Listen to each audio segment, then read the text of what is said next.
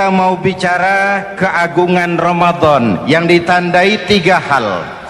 Pertama, Ramadan dipilih oleh Allah menjadi bulan tempat di mana pertama kali diturunkan Al-Quranul Karim, kitab suci kita, imam kita, pedoman utama dalam melaksanakan berbagai kegiatan hidup.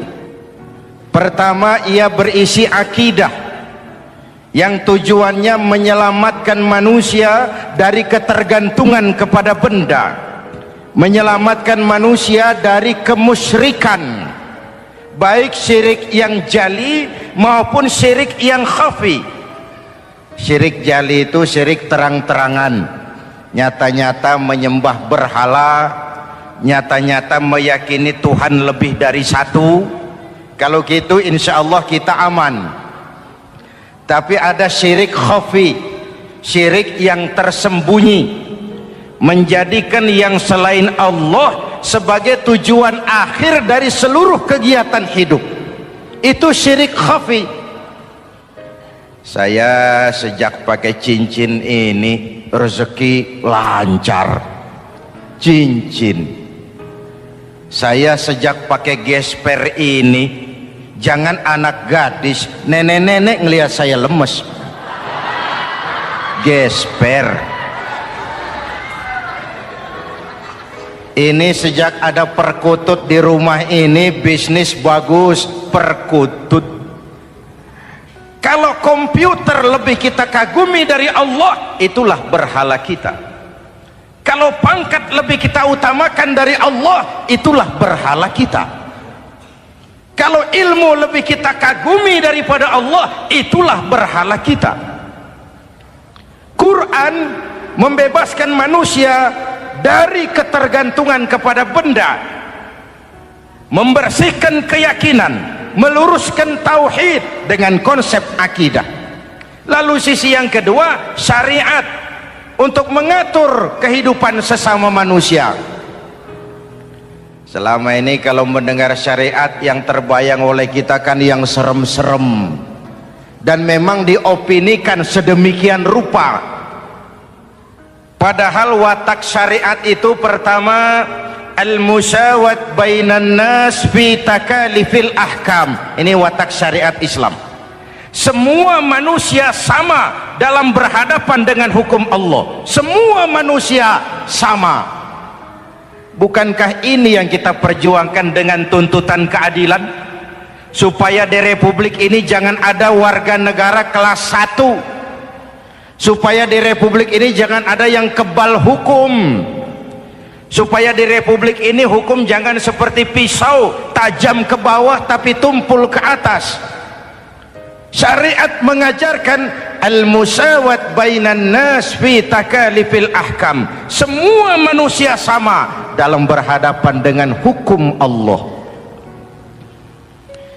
Ketika mengajarkan orang beramal, Rasulullah kepada putri kesayangan beliau sendiri berkata, "I'mali ya Fatimah, i'mali fa inni la ughni anki minallahi syai'a." Fatimah, beramal kau. Fatimah sholat, Fatimah puasa, Fatimah haji. Kalau kau tidak beramal, aku ayahmu Rasulullah tidak akan sanggup membelamu di akhirat nanti. Inilah watak syariat. Tidak mentang-mentang anak kesayangan lalu ada jaminan, sudah Fat, kamu nggak sholat nggak apa-apa, nanti di akhirat ada papi. Tidak. Semua manusia sama dalam berhadapan dengan hukum. Andai kata Fatimah putri Muhammad mencuri, tidak usah orang lain, Muhammad sendiri yang akan memotong tangannya. Bukankah keadilan macam ini yang kita harapkan? Cuma sayang, selama ini banyak kita mengenal Islam seperti orang buta kenal gajah. Ada 3 orang buta dilepas ke kebun binatang, disuruh kenal gajah. Saya yakin laporannya lain-lain. Orang buta pertama bilang, "Pak, gajah tipis lebar kayak kipas."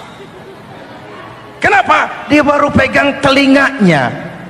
Orang buta kedua ngotot, goblok itu Pak. Yang betul saya, gajah kecil panjang kayak ular. Kenapa? Yang dia pegang ekornya. Orang buta ketiga lebih marah, dua-duanya tolol Pak. Yang betul itu saya, gajah tinggi besar seperti pohon kelapa, karena yang dia pegang kakinya. Beginilah kita mengenal Islam.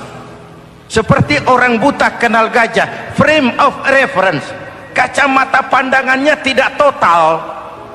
Baru kenal kaki gajah sudah sok tahu gajah, baru kenal telinga gajah sudah sok kenal gajah. Kemana-mana pidato, saudara-saudara, gajah tipis lebar kayak kipas. Buat orang yang belum kenal gajah, dia menyesatkan. Buat orang yang sudah tahu gajah, senyum di kolom. Oh, kau baru kenal kupingnya kok. Begitulah kadang-kadang kita baca Quran, ayatnya yang keras, kesannya Islam itu sangar, Islam itu sadis, Islam itu perang. Di sisi lain ada yang adem, sejuk, lalu lahir generasi feminim. Buat saya yang terpenting semua kita perlu. Rasul mengajarkan, la takun ratban fatuksara wala yabisan fatuksara. Jangan lemah, nanti kau diinjak orang, tapi jangan keras, nanti kau dipatahkan orang. Hadirin yang saya hormati, lalu syariat juga punya at-tadrij fit tasri', tahapan dalam melaksanakan syariat.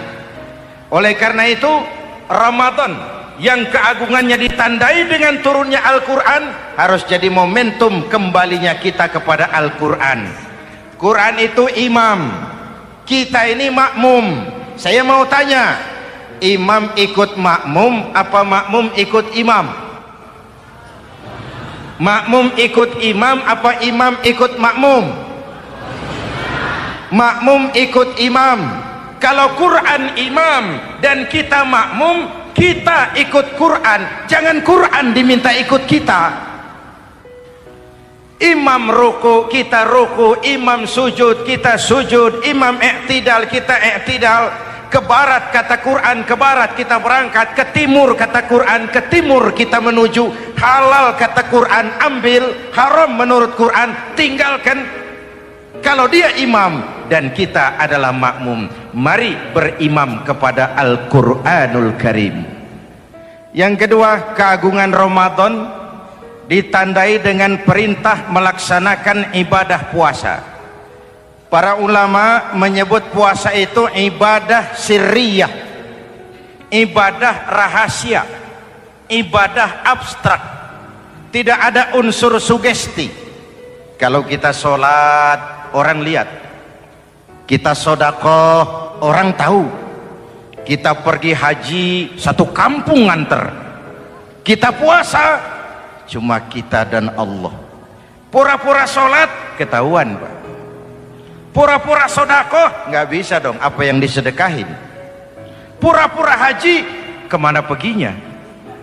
Tapi pura-pura puasa, gampang. Keluar rumah, bibir lap yang kering, jalan lemesin dikit, ada angin miring, lemes amat puasa. Sirriyah, abstrak. Ibadah lain bisa dinilai, wah itu teman kita sodakohnya berani ya. Kok tahu kamu? Kelihatan dari jumlahnya. Itu sholatnya khusyuk ya. Kok ngerti kamu? Kelihatan dari geraknya. Tetangga sebelah itu rasa-rasanya hajinya mabrur ya. Kok ngerti kamu? Kelihatan dari tingkah lakunya setelah pulang haji. Kalau yang sebelah lagi itu haji tomat. Di Mekah tobat sampai kampung kumat.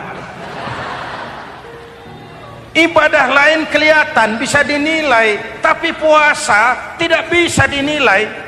Belum pernah saya dengar orang bilang, teman kita puasanya mantap betul ya. Kok tahu kamu? Beludah terus.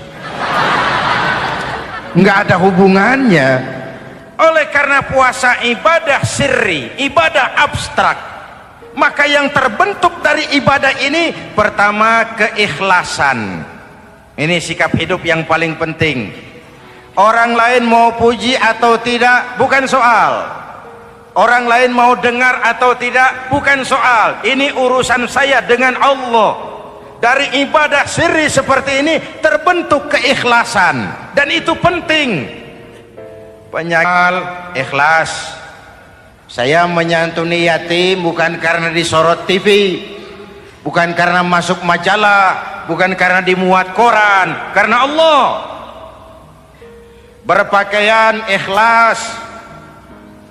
Saya berpakaian ini karena perintah Allah menutup aurat, bukan karena tuntutan Ramadan. Kalau cuma tuntutan Ramadan, Ramadan saja bagus busana muslim. Selesai Ramadan kembali pusar merajalela. Menerima jabatan ikhlas, ini amanah dari Allah. Jabatan adalah alat untuk mengabdi, bukan cuma alat yang melahirkan kekuasaan dan fasilitas. Kalau kekuasaan dianggap sebagai fasilitas dan kekuasaan, maka yang lahir tentu akhirnya maling-maling baru, yang lahir rampok-rampok baru, yang dikuras ya harta negara. Hadirin yang saya hormati, ikhlas menerima jabatan dengan keyakinan ini amanah Allah, amanah akan dimintakan pertanggungan jawab. Ini alat untuk berbuat baik, ini alat untuk mengabdi. Kalau cuma digambarkan kekuasaan jabatan sebagai kekuasaan dan fasilitas, itu yang lalu banyak melahirkan rampok-rampok baru. Betul? Iya, kalau jabatan kan gajiannya jelas.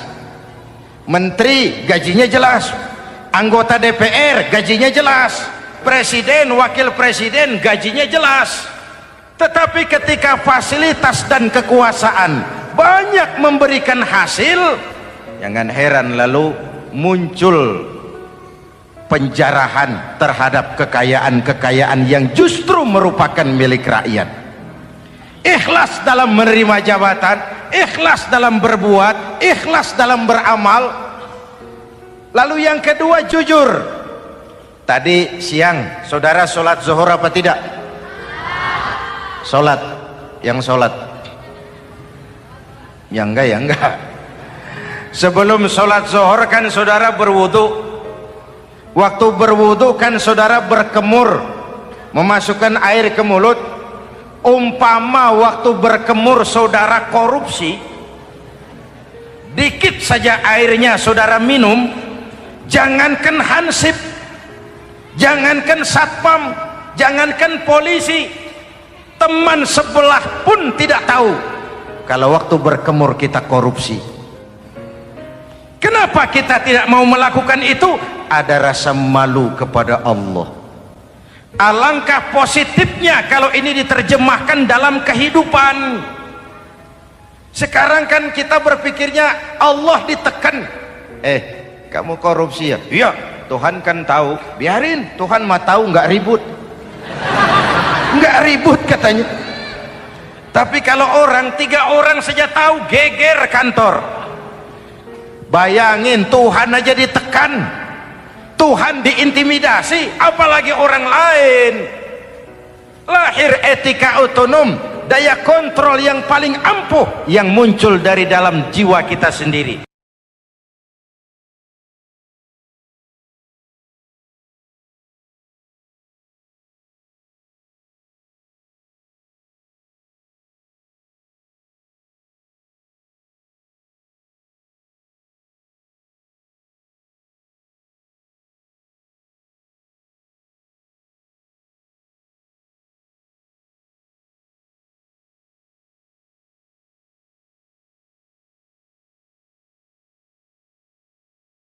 Wa in sabahu ahadun aw qatalahu falyaqul inni shaim, inni shaim. Kalau ada orang mencaci maki dia, bahkan mengajak dia berkelahi yang menurut ukuran dia mesti menang, tapi karena puasa, maaf, saya bukan gak berani sama kamu, saya sedang puasa. Kalau mau berkelahi juga ntar aja habis buka, segeran dikit berantemnya. Inni shaim, maaf saya sedang berpuasa. Itu merupakan benteng. Orang itu kan kalau lagi puasa kondisi lapar, haus, temperamen kan tinggi, sedikit tersinggung temperatur naik, sama marah gampang.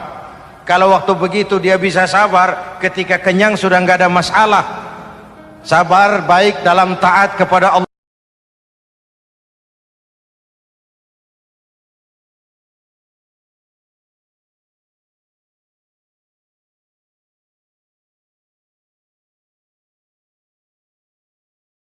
Hadirin, kalau ibadah berpuasa kita baik, kita yang malam ini pasti bukan kita 20 hari yang lalu.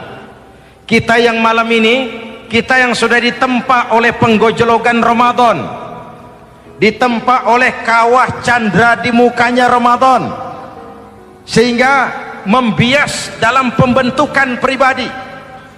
Setiap ibadah yang dikerjakan dengan benar pasti punya dampak positif dalam meluruskan moral orang yang melaksanakan ibadah itu sendiri. Jangan sampai terjebak kepada rutinitas ritual. Akhirnya seperti yang sering saya ungkapkan, sholat rajin, maksiat tekun, baca Quran mau, fitnah orang hobi, sedekah ya sedekah tapi nyolongnya lebih gede dari sedekahnya. Sedekahnya cuma untuk ngumpetin korupsinya. Akhirnya jadi lipstik, akhirnya jadi dekorasi. Setiap ibadah yang dikerjakan dengan benar punya dampak positif dalam meluruskan moral dan memperbaiki akhlak orang yang melaksanakan ibadah itu sendiri. Begitulah Ramadan, ada pelaksanaan ibadah puasa. Dan untuk puasa Nabi bersabda, lis-shaimi farhatani, farhatun indal iftar wa farhatun inda liqa'i rabbih. Buat orang yang berpuasa ada dua kegembiraan yang tidak dimiliki oleh yang tidak melaksanakan puasa. Dua kegembiraan. Pertama, farhatun indal iftar, kegembiraan menjelang saat-saat berbuka. Hati itu besar, rasa optimisme, padahal bukanya cuma sama tempe, sama tahu, sama ikan asin. Tapi entah makin dekat maghrib hati makin berbunga, ada kebahagiaan yang tidak bisa diceritakan. Allahumma lakasumtu, ya Allah hari ini saya laksanakan perintahmu, saya lawan rasa nafsu, saya tempuh lapar, haus, saya tunaikan semua ini. Itu kegembiraan yang puasa. Yang kedua, wa farhatun inda liqa'i rabbih, kegembiraan kedua nanti di akhirat pada saat bertemu dengan Allah subhanahu wa ta'ala. Masuk surga nikmat, bertemu Allah jauh lebih nikmat. Hadirin yang saya hormati, bahkan di surga ada sebuah pintu yang khusus disiapkan bagi orang-orang yang melaksanakan puasa. Tidak bisa masuk ke pintu itu kecuali orang yang puasa. Dan pintu itu disebut pintu Rayyan, Babur Rayyan, pintu Rayyan, yang hanya boleh dimasuki orang-orang yang melaksanakan ibadah puasa. Hadirin, lalu yang berikutnya ibadah puasa ganjarannya abstrak. Kalau ibadah lain kita bisa lihat itu, sholat berjamaah pahalanya begini, haji kalau mabrur pahalanya begitu, sodakoh pahalanya begini. Puasa Allah cuma bilang asyamu li wa ana ajzibi, puasa untukku dan aku yang membalasnya. Berapa besar balasan Allah tidak diberitahu. Artinya apa? Kalau saudara kerja, mandor bilang, mas kau kerja sama saya, gajimu sebulan 5 juta, ketahuan sebulan 5 juta, kita kan bisa kong kalingkong, ada mandor rajin, tidak ada mandor kendor, pokoknya jatah 5 juta. Tapi kalau mandor cuma bilang, mas kau kerja sama aku, soal gajimu nanti aku yang atur, berapa besarnya nggak dikasih tahu. Aturan seperti ini harusnya membuat kita kerja lebih hati-hati. Sebab apa?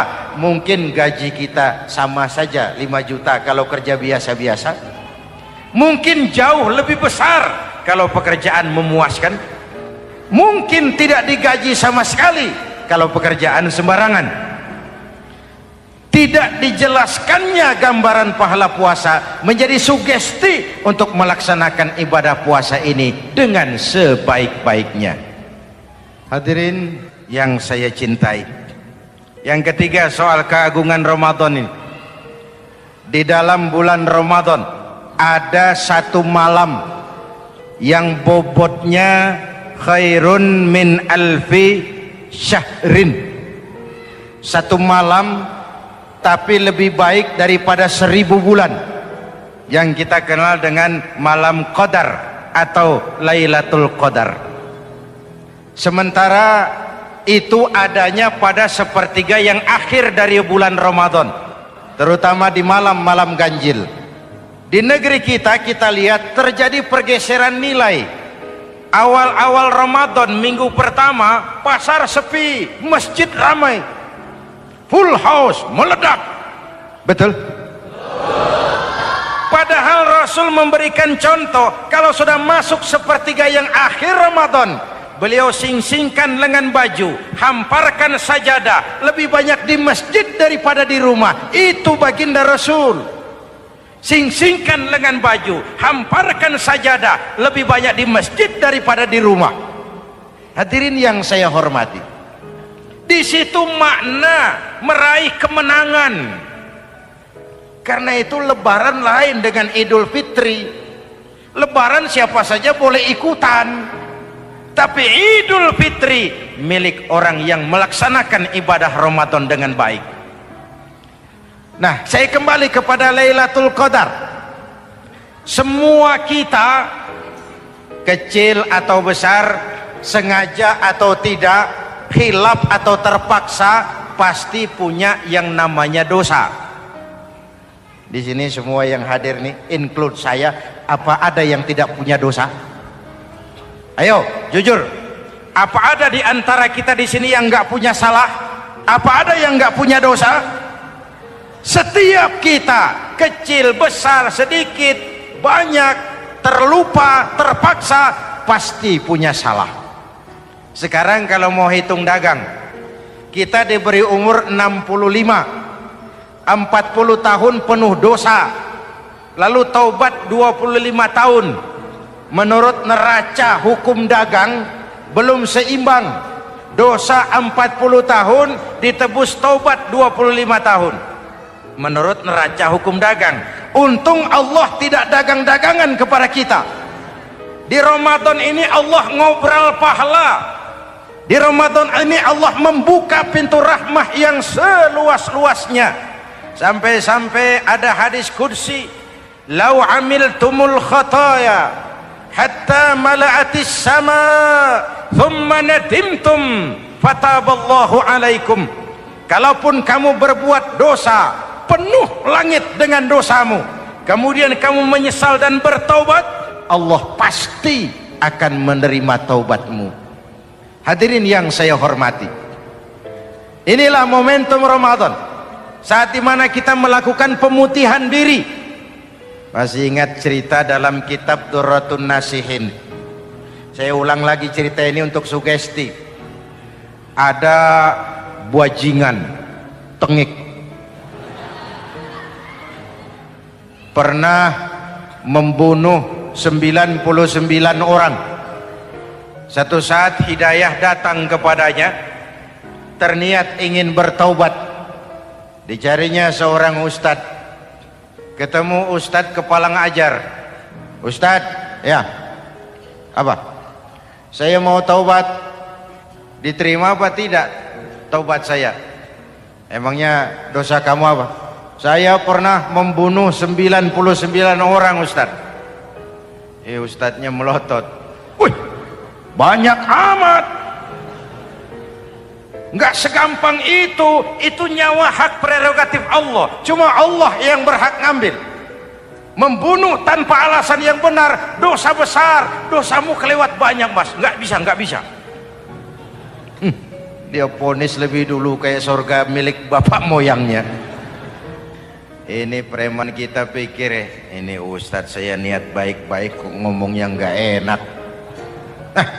daripada 99 tanggung. Saya lempengin aja nih urusan dah. Dibabat lagi Ustadz, tamat, selesai, pas, cepet. Niat taubatnya masih terus. Dia mengembara sampai ketemu seorang ustadz yang bijak. Waalaikumsalam Ustadz. Assalam. Ada apa? Ustadz, saya mau taubat, diterima apa enggak sih? Oh, sebelum mentari terbit dari sebelah barat, sebelum nafasmu sampai di tenggorokan, Allah akan menerima taubatmu. Boleh jadi dosamu besar, tapi ampunan Allah lebih besar dari dosamu. Begitu Ustaz. Iya. Cuman ngomong-ngomong dosamu apa sih? Ustaz, saya sih tadinya cuma bunuh 99 orang. Terus ada Ustaz ngomongnya nggak enak, jadi saya cukupin 100. Oh, taubatmu diterima asal benar-benar. Cuma begini saja, kampungmu kampung brengsek tuh, lingkunganmu nggak sehat. Kalau kau pulang ke sana lagi, niat taubatmu bisa lentur dan luntur. Kamu pindah saja, hijrah ke kampung lain yang lebih baik. Baik Ustaz, terima kasih. Wah, ngepak koper, pindah. Belum sampai ke kampung yang dituju, ajal datang merenggut nyawa. Ketika ruh keluar dari jasad, ini malaikat rahmah dengan malaikat azab rebutan. Kata malaikat rahmah, ini jatah saya. Orang ini sudah taubat, tempatnya di surga. Kata malaikat azab, nanti dulu. Taubat si taubat, 100 bagaimana urusannya? Bertengkar. Akhirnya Allah mengutus malaikat Jibril, kau adili. Kata Jibril, ukur sajalah mana yang lebih dekat, kampung yang dituju atau kampung yang ditinggalkan. Ketika diukur, kampung yang dituju lebih dekat dari kampung yang ditinggalkan. Kata Jibril, dia jatah malaikat rahmah, taubatnya diterima Allah. Nah, kalau mendengar riwayat seperti ini, jangan diartikan bahwa untuk taubat mesti membunuh 100 orang. Ini harus diartikan bagaimanapun besar dosa dan kesalahan yang kita lakukan, jangan putus asa dari rahmat Allah. Sebaliknya, bagaimanapun banyak kebaikan yang kita kerjakan, jangan puas hati dan sombong diri. Kita belum tahu akhir perjalanan hidup ini. Kita hanya berbuat dan berbuat. Kepastian itu haknya Allah. Ada yang masuk neraka karena menyiksa kucing. Ada yang masuk surga walaupun sudah membunuh 100 orang. Bahkan kalau nanti saudara di surga ketemu orang-orang soleh, saudara nggak usah kaget, itu memang tempatnya di surga. Saudara akan kaget nanti kalau di surga ketemu pelacur. Pelacur masuk surga. Penasaran, saudara samperin, Mbak Yu. Ya Mas, sampean ada di sini, apa Allah nggak salah wesel ini? Iya Mas, saya ini ada di surga sini. Padahal waktu di dunia dulu saya ini siapa Mas tahu kan? Mas juga langganan kan waktu itu.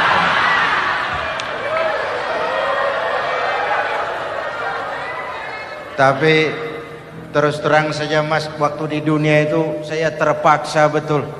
Sejak lahir saya sudah yatim piatu. Sejak kecil sudah yatim piatu. Ada tetangga saya muslim sedikit kaya, tapi pelitnya 17 setan. Akhirnya demi tuntutan perut saya merantau ke kota besar. Ada yang nolong, katanya kerjanya ringan, uangnya lumayan. Apa? Yaitu demi sesuap nasi saya lakoni. Satu malam saya lagi berangkat dagang, lewat masjid Baitul Ihsan, ada ceramah. Saya dengar dari jauh, Ustadznya pidato, katanya Allah berpesan, "Lau amiltumul khataya hatta mala'atis sama, thumma nadimtum, fataballahu alaikum." Kalaupun kamu berbuat dosa, penuh langit dengan dosamu, lalu kau menyesal dan bertaubat, Allah pasti akan menerima taubatmu. Mendengar hadis itu, Mas, berlinang air mata saya.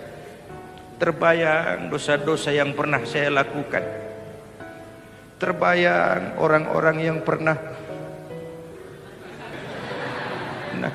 menanamkan modal asing.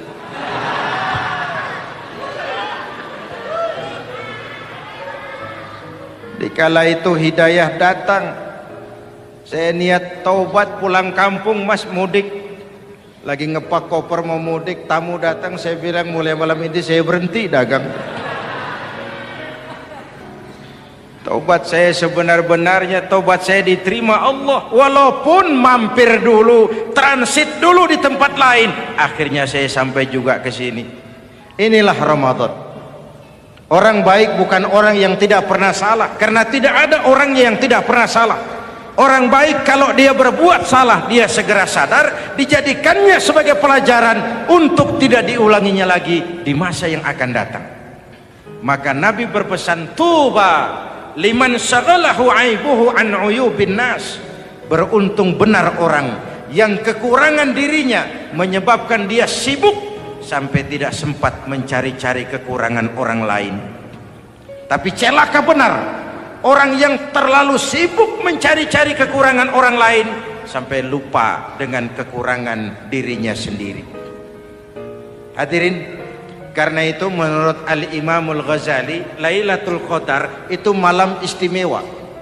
Adanya pada sepertiga yang akhir di malam-malam ganjil, 21, 23, 25, 27, 29. Tetapi yang ingin mendapatkan Lailatul Qadar harus berjaga-jaga sejak awal Ramadan. Nggak bisa pakai ilmu ngancem. Wah, ini 21 malam nih, nggak keluar-keluar dari masjid. 22 libur, 23 absen lagi. Nggak bisa seperti itu. Ingin mendapatkan Lailatul Qadar harus berjaga-jaga sejak awal Ramadan. 1000 bulan kira-kira 83 tahun. Rata-rata umur orang sekarang kita ini jarang yang sampai 83. Jarang.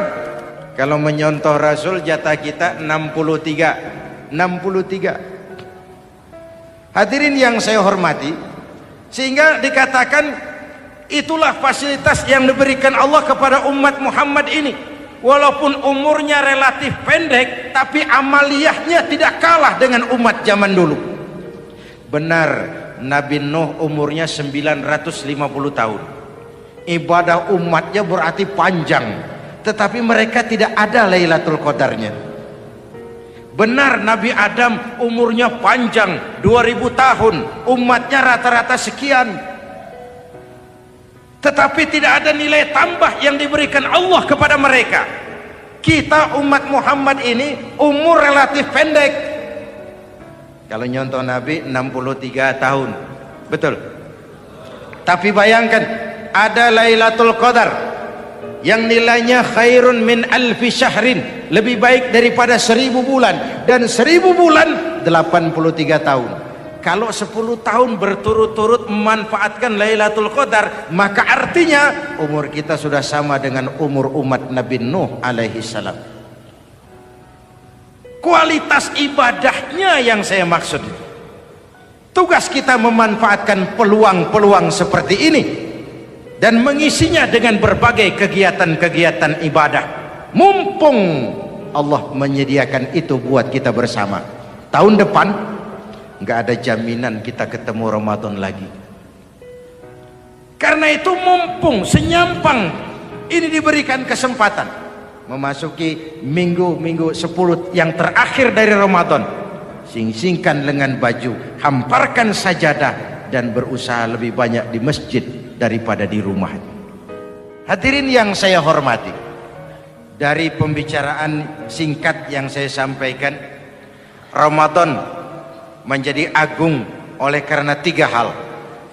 Pertama, ia dipilih menjadi bulan tempat di mana pertama kali diturunkan ayat-ayat suci Al-Quran. Karenanya Ramadan disebut juga sebagai Syahrul Quran, bulan Al-Quran. Karenanya Ramadan juga kita lebih intens memasuki kehidupan Al-Quran sebagai makmum dan kita sebagai imam. Jika Quran adalah imam dan kita adalah makmum, maka konsekuensinya makmum harus ikut imam, bukan imam yang ikut makmum.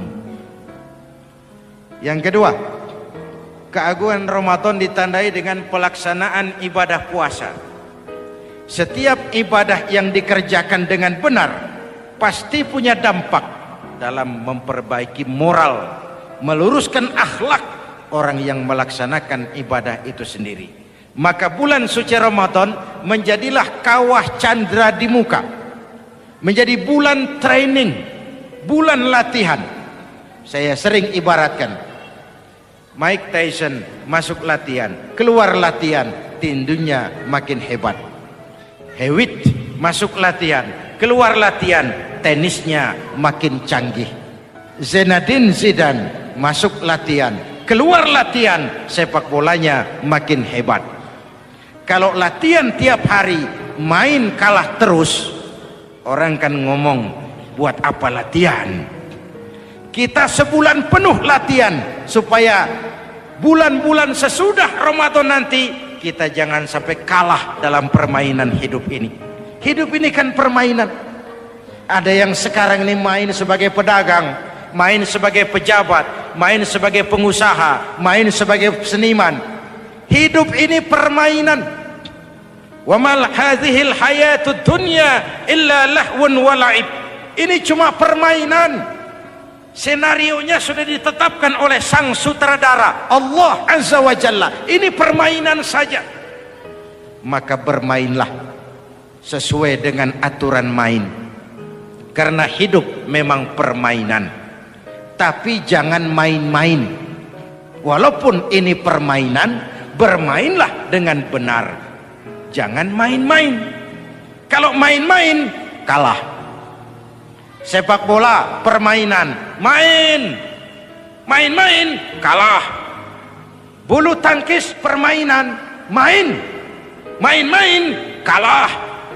Hidup ini permainan, main dengan benar, main sesuai dengan aturan main, main-main kalah. Hadirin yang saya hormati, karena itu 1 bulan untuk menghadapi 11 bulan sesudahnya.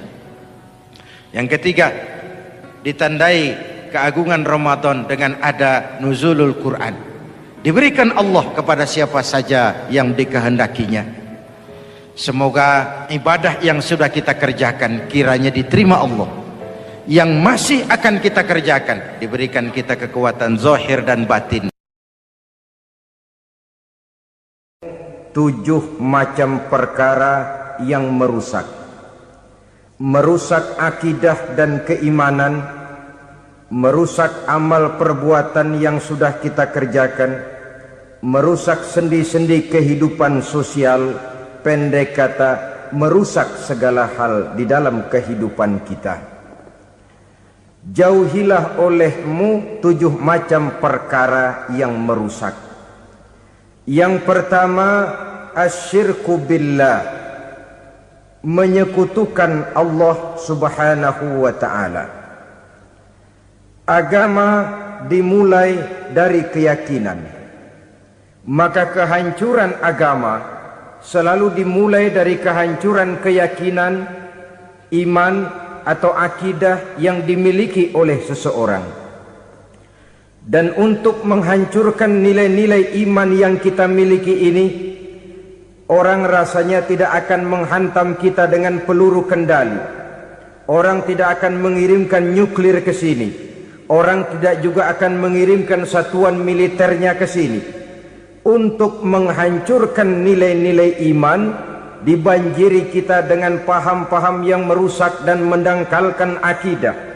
baik ia bernama materialisme, baik ia bernama sekularisme, baik ia bernama banjirnya maksiat dan munkarat, baik ia bernama banjirnya peradaban dan kebudayaan yang menghancurkan moral daripada anak-anak kita, sedikit demi sedikit melenturkan dan melunturkan nilai-nilai keimanan kita, untuk kemudian pada waktunya nilai iman itu akan bertukar dan berganti menjadi nilai syirik kepada Allah Subhanahu wa ta'ala.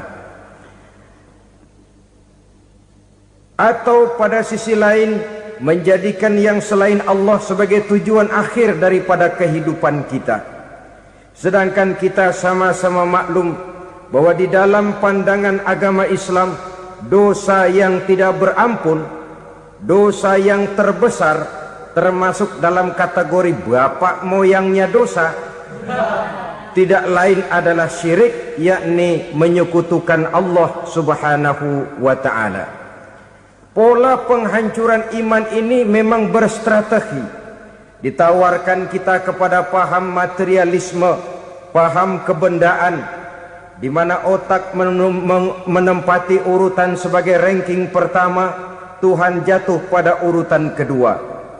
Lalu menyusul kepada paham sekularisme, Allah dipisahkan dari seluruh kegiatan hidup ini, untuk pada gilirannya menjadikan yang selain Allah sebagai tujuan akhir daripada seluruh kegiatan hidup kita. Oleh karenanya, kewajiban menjaga nilai-nilai iman ini merupakan kewajiban yang mulia tetapi berat, tidak hanya untuk kita, tetapi juga bagaimana mewariskannya kepada anak-anak kita, generasi yang akan datang. Orang-orang tua bijaksana yang diceritakan di dalam Al-Quran, kalau sudah berpikir tentang anak-anaknya, pertanyaan yang paling mereka risaukan ialah, ma ta'buduna min ba'di. Anakku, kalau pada satu saat aku, ayahmu sudah tidak ada lagi di dunia ini, meninggalkan kamu semua, ma ta'buduna min ba'di, apa yang akan kamu sembah nak? Jikalau sekarang ayahmu masih mau ke masjid, masih mau melakukan rukuk dan sujud, masih beribadah menyembah Allah Subhanahu wa ta'ala, kalau orang tuamu sudah tidak ada, ma ta'buduna min ba'di, masihkah engkau mau datang ke masjid? Masihkah engkau mau rukuk dan sujud? Masihkah engkau mau menyembah Allah Subhanahu wa ta'ala? Pertanyaan ini yang dipikirkan oleh Nabi Yakub kepada putra-putranya. Pertanyaan ini yang diteruskan oleh Nabi Ibrahim kepada anak-anaknya. Pertanyaan ini yang diwariskan oleh generasi ulama salafus saleh kepada para generasi berikutnya. Bagaimana kita generasi sekarang? Kita orang-orang tua sekarang bukan berfikir ma ta'buduna min ba'di, malah yang kita fikirkan ma ta'kuluna min ba'di. Kalau bapak tidak ada nanti kamu makan apa nak? Perkara kamu nyembah apa, urusan nomor 18. Yang penting kamu nanti hidup bisa makan nak. Maka kita sibuk mewariskan harta kepada anak-anak kita. Kita sibuk mewariskan kebun dan tanah kepada anak-anak kita. Kita sibuk mewariskan pabrik kepada anak-anak kita, sementara kita lupa mewariskan intan yang paling mahal, mewariskan mutiara yang paling berharga, yaitu nilai iman kepada Allah Subhanahu wa ta'ala. Alangkah baiknya apabila warisan harta, warisan tanah dan kebun, warisan rumah dan pabrik didasari lebih dahulu dengan mewariskan nilai iman kepada Allah Subhanahu wa ta'ala. Sebagai orang-orang tua, kita boleh bersedih kalau anak kita tidak mengerti komputer. Kita boleh bersedih kalau anak kita tidak mengerti matematika. Kita boleh bersedih kalau anak kita tidak mengerti bahasa Inggris. Tapi sewajarnya lebih bersedihlah kita orang tua jikalau mempunyai anak yang tidak kenal Allah sebagai Tuhannya, yang kemudian tidak mau rukuk dan sujud kepada Allah Tuhannya. Itulah kemalangan yang paling malang bila kita meninggalkan generasi yang tidak bertauhid kepada Allah Subhanahu wa ta'ala. Betapapun anak kita tidak ngerti komputer, saudara, paling-paling kerugiannya cuma kerugian dunia. Masuk dia ke alam barzakh, munkar nakir tidak akan sempat tanya kau belajar komputer apa tidak. Kumpul dia di padang mahsyar, malaikat juga tidak akan tanya matematikamu nilainya berapa. Yang ditanya kau kenal Allah, kau rukuk dan sujud kepadanya, kau pernah datang ke masjid. Oleh karena itu sekali lagi, menjaga nilai iman tidak hanya untuk kita, tetapi juga mewariskannya kepada anak-anak kita, generasi yang akan datang. Sungguh kemalangan yang paling besar apabila kita meninggalkan anak-anak kita. Mereka kita tinggalkan lemah ekonominya, itu tidak baik. Mereka kita tinggalkan lemah otaknya, itu pun akan membuat mereka tertinggal oleh yang lain. Tapi yang paling celaka, jikalau kita tinggalkan mereka dalam kondisi lemah imannya, rapuh akidahnya, tidak baik dan tidak betul keyakinan hidupnya. Oleh karena itu Nabi berpesan, jauhilah 7 perkara yang merusak. Yang pertama, syirik kepada Allah subhanahu wa ta'ala. Menyekutukan Allah baik dalam ucapan, dalam keyakinan ataupun dalam perbuatan. Ini perkara pertama yang termasuk 7 perusak besar di dalam kehidupan. Kalau sudah jatuh kita ke lembah syirik, bagaimanapun banyak kebaikan yang kita kerjakan, berjiwa sosial, bertangan pemurah, gemar menolong orang lain, kalau memang dasarnya syirik, maka seluruh kebaikan kita akan hancur, tidak akan ada nilainya dalam pandangan Allah subhanahu wa ta'ala. Dalam pandangan manusia mungkin kita dicatat sebagai orang sosial, gemar menolong orang lain, tidak berpangku tangan melihat orang yang mendapat kesulitan. Tapi oleh karena dasarnya syirik, dasarnya tidak mentauhidkan Allah, maka seluruh nilai kebaikan yang kita kerjakan tidak akan ada nilainya dalam pandangan Allah subhanahu wa ta'ala. Maka jagalah iman kita, jangan sampai dihinggapi penyakit syirik yang bagaimana kecilnya sekalipun.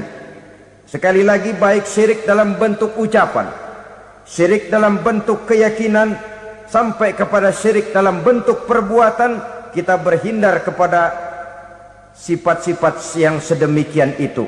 Karena apa? Dalam satu ayat Quran Allah subhanahu wa ta'ala menjelaskan, innallaha la yaghfiru ayyushraka bih wa yaghfiru ma duna dzalika liman yasha. Allah tidak akan memberi ampun kepada orang-orang yang menyekutukannya, tapi Allah masih mau memberikan ampun kepada dosa-dosa yang selain itu bagi orang-orang yang dikehendakinya. Dosa selain syirik, apabila kita bertaubat, Allah masih mau mengampuni.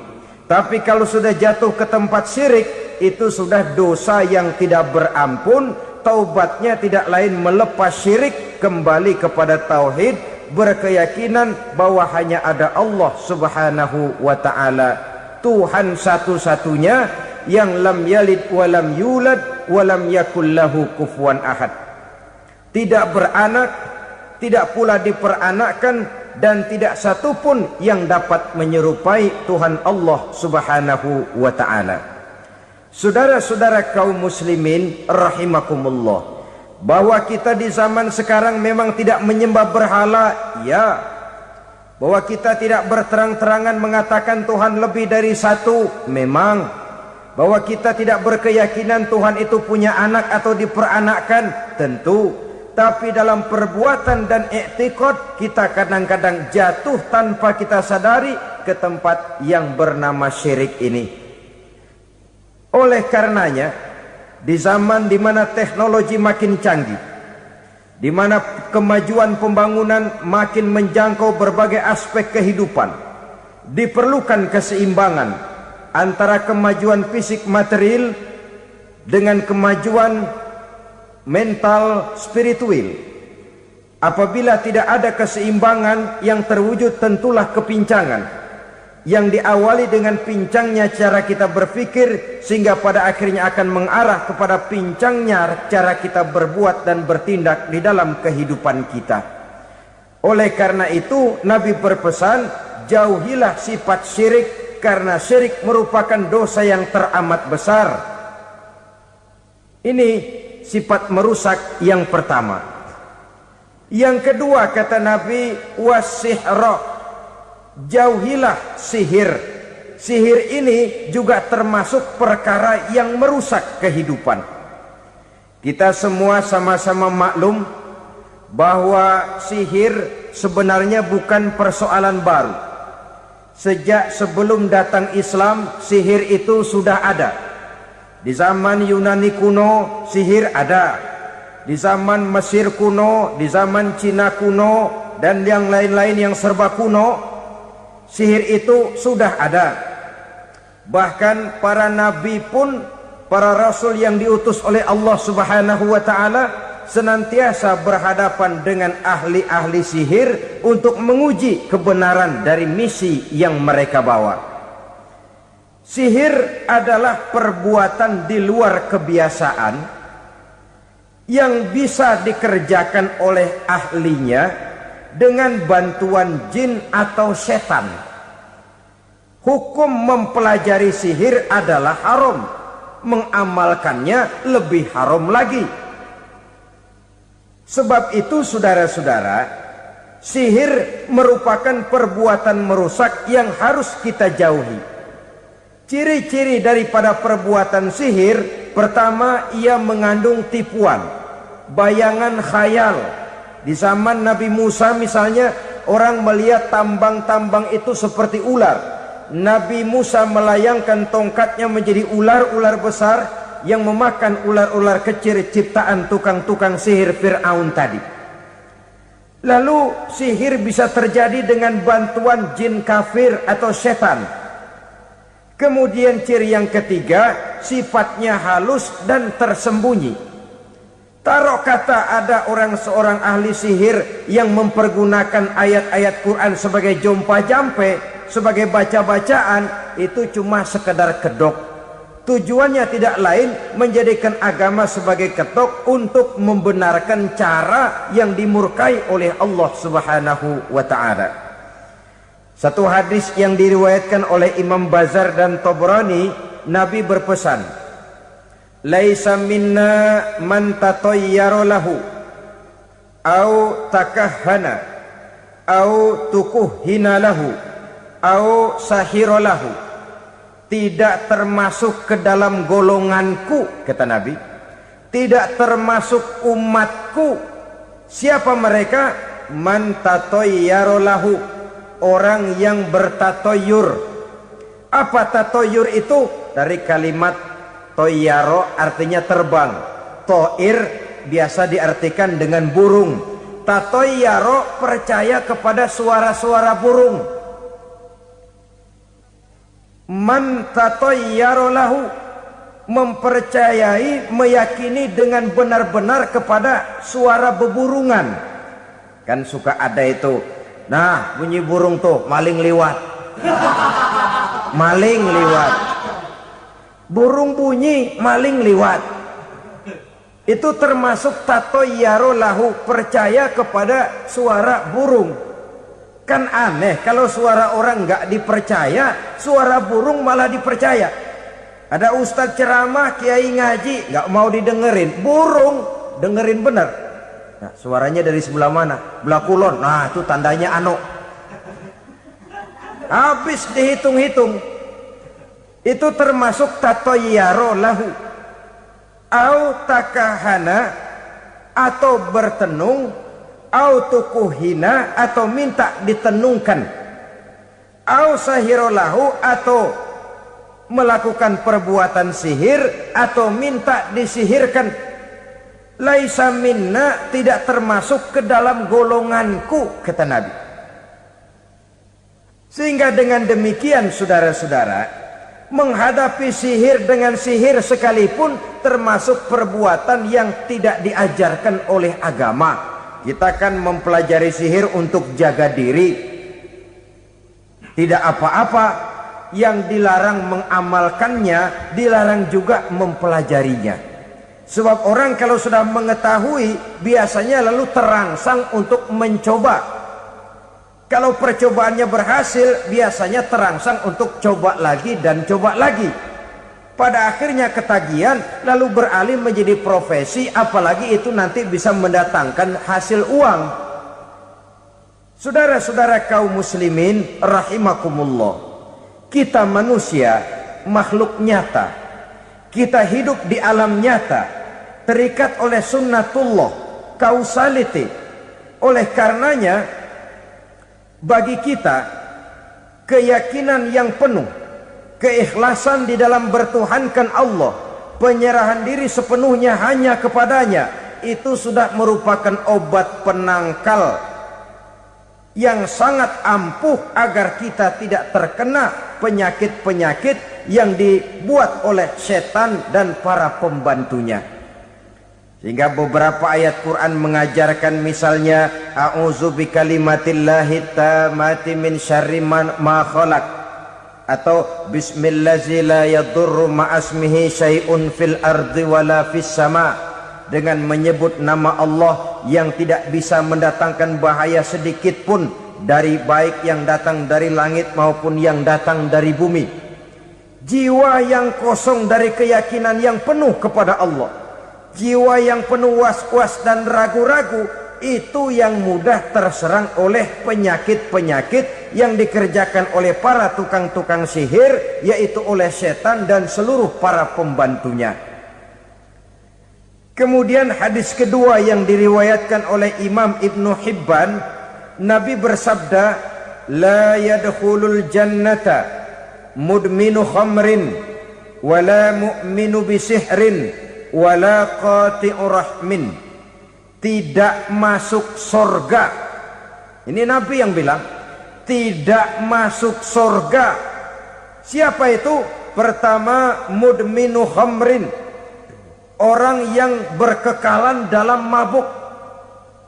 Selalu mudminun itu sudah menjadi perbuatan rutinnya, tidak kapok-kapoknya, teler seumur hidup. Mudminu khamrin, tidak masuk surga orang yang selalu bermabuk-mabukan. Yang kedua, wala mu'minu bisihrin, orang mukmin tapi main sihir. Ini juga oleh Nabi diperingatkan, tidak akan masuk surga orang mukmin tapi suka main sihir. Wala qati'u rahmin, dan tidak juga orang yang memutuskan silaturahmi. Tiga macam manusia yang diperingatkan Nabi tidak akan masuk surga: orang yang selalu mabuk, orang mukmin yang main sihir, dan orang yang memutuskan silaturahmi. Saudara-saudara kaum muslimin rahimakumullah. Lalu orang berkata, kenapa dilarang kita bersihir? Padahal Rasul sendiri kan punya mukjizat. Nah, kita memang harus membedakan antara mukjizat dengan sihir. Dalam kehidupan agama kita kenal ada yang namanya mukjizat, ada yang namanya karomah atau keramat biasa diucapkan, ada yang namanya maunah, ada yang namanya irhas, ada juga yang namanya sihir. Kesemuanya ini berbeda, saudara-saudara. Yang dinamakan mukjizat itu khusus untuk para rasul saja. Satu kejadian luar biasa yang terjadi dilakukan oleh rasul atas izin dari Allah Subhanahu wa taala. Perbedaannya dengan sihir jelas. Sihir dari setan, mukjizat dari Allah. Sihir bisa dipelajari, mukjizat tidak.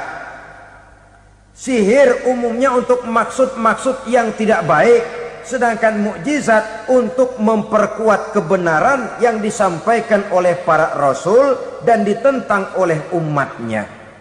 Bahkan kafir Quraisy dahulu menganggap orang-orang ahli sihir itu berada dalam satu posisi yang hina, sehingga mereka mengatakan dan menuduh Nabi Muhammad sebagai tukang sihir. Tuduhan sebagai tukang sihir adalah tuduhan yang sangat aib dan hina. Di tengah masyarakat kufar jahiliyah, kedudukan tukang sihir dipandang sebagai kedudukan yang hina, sehingga mereka mengejek Nabi dengan sebutan tukang sihir. Jadi mukjizat hanya untuk Rasul saja. Kemudian karomah. Karomah ini asal kata dari karoma, kehormatan, kemuliaan yang diberikan Allah kepada hamba-hambanya yang rajin mendekatkan diri kepadanya. Oleh karena ketekunannya melaksanakan ibadah, Allah memberikan keistimewaan kepada orang itu, yang dengan keistimewaannya dia bisa mengerjakan yang tidak bisa dikerjakan oleh orang lain. Karomah hanya bisa dicapai dengan prestasi ibadah. Kalau sihir mau ibadah apa enggak, asal dia belajar, bersatu dan berteman dengan setan, memenuhi persyaratan-persyaratan setan, biasanya lalu bisa. Sedangkan karomah tidak mungkin terwujud tanpa orang mendekatkan diri sedekat-dekatnya kepada Allah Subhanahu wa ta'ala. Maka kita lihat biasanya orang-orang yang punya ilmu sihir, mukanya rata-rata nggak enak dilihat. Kumuh, jauh dari air wudhu, jauh dari sujud kepada Allah, malah berteman dengan setan, menjadi pelayan-pelayannya setan. Saudara-saudara, adapun maunah, keistimewaan yang diberikan Allah kepada hamba-hambanya yang belum sampai kepada tingkat wali, tapi orang itu lebih banyak kebaikannya daripada kesalahannya. Umpamanya, saudara jalan bertiga di pinggir jalan, saudara ada pada posisi di tengah, lalu bertiga ini ketabrak mobil. Menurut perhitungan saudara mati lebih dahulu, tapi terjadi hal yang aneh, dua teman saudara mati, saudara malah cuma luka dan lecet sedikit saja. Apa itu? Kalau kita lebih banyak kebaikannya daripada kesalahannya, itu yang dinamakan maunah, pertolongan yang diberikan Allah kepada hamba-hambanya yang lebih banyak kebaikannya daripada kesalahannya. Sedangkan yang dinamakan irhas, kejadian luar biasa pada diri seseorang pada waktu dia masih kecil, yang menunjukkan tanda-tanda keistimewaannya. Itu umumnya pada para nabi pada usia kecilnya sudah ada irhas, tanda-tanda istimewa. Jelas baik mukjizat, karomah, maunah maupun irhas berbeda dengan sihir. Sihir ini jelas saja merupakan bantuan dan persekutuan antara manusia dengan setan. Padahal setan, kata Allah dalam Al-Quran, innahu lakum aduwwum mubin, sesungguhnya setan bagi kamu adalah musuh yang sangat jelas. Saudara-saudara kaum muslimin rahimakumullah, di zaman sekarang dalam menghadapi beban kehidupan yang makin pelik, menghadapi stres yang tidak kunjung selesai, menghadapi persoalan-persoalan yang teramat berat, orang sering mencari jalan keluar kepada hal-hal yang menurut pendapatnya bisa meringankan beban moralnya itu. Pergilah dia mencari sesuatu yang dapat meringankan bebannya. Dan tidak jarang yang jatuh ke pangkuan tukang-tukang tenung, ke pangkuan tukang-tukang sihir, yang mereka itu oleh Quran dijelaskan kadzabal munajjimun walau sodaku. Tukang-tukang tenung, tukang-tukang sihir, mereka itu bohong walaupun benar. Maksudnya bohong